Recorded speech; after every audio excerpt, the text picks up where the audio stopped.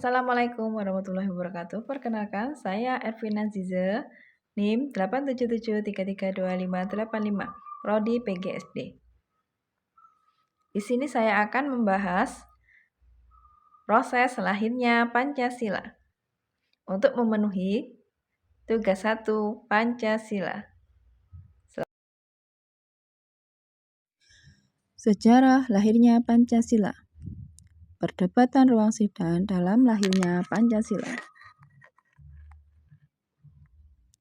Pengantar, Pancasila tidak lahir begitu saja, melainkan melalui perjalanan sejarah yang panjang, sejak sidang BPUPK, Piagam Jakarta, hingga pengesahan dalam Undang-Undang Dasar 1945. Para pendidik bangsa berjuang merumuskan dasar negara yang dapat menyatukan seluruh rakyat Indonesia. Perjalanan ini kemudian berlanjut dalam konteks sejarah bangsa dari masa ke masa. Awal kemerdekaan, RIS, demokrasi terpimpin, Orde Baru, hingga reformasi.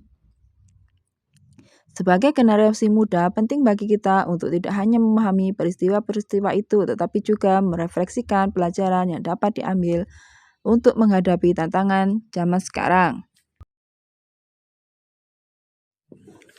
Sidang pertama BPUPK. Dalam sidang BPUPK yang pertama, muncul 3 pemikiran utama. Muhammad Yamin pada 29 Mei 1945 menekankan pada asas perikebangsaan dan kemanusiaan. Kemudian, Mr. Supomo pada 31 Mei 1945 menawarkan konsep negara integralistik di mana negara bersatu dengan rakyatnya melampaui golongan.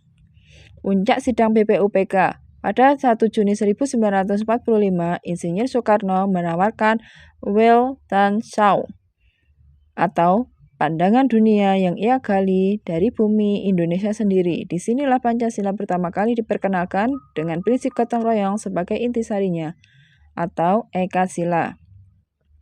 Krisis ideologi dan Panitia 9. Namun, terjadi kebuntuan antara kelompok nasionalis kebangsaan dan nasionalis religius mengenai dasar negara. Untuk menjembatani ini, dibentuklah Panitia 9. Hasilnya adalah Piagam Jakarta 22 Juni 1945. Di sini terdapat kalimat yang sangat krusial. Ketuhanan dengan kewajiban menjalankan syariat Islam bagi pemeluk-pemeluknya. Ini adalah kompromi politik pertama untuk menjaga keutuhan antara ideologi Islam dengan kebangsaan. Finalisasi Jiwa Besar 18 Agustus 1945.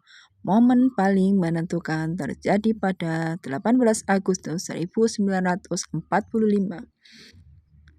Hal ini terjadi sehari setelah proklamasi.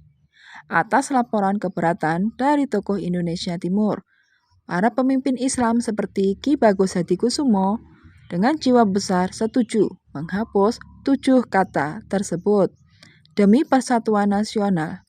Inilah momen di mana Pancasila resmi disahkan sebagai hukum dasar negara dalam Undang-Undang Dasar 1945. Dari peristiwa tersebut, kita bisa menarik kesimpulan bahwa Pancasila adalah bukti bahwa perbedaan pendapat bukanlah alasan untuk pecah, melainkan ruang untuk melahirkan mufakat. Mari kita jaga warisan intelektual ini.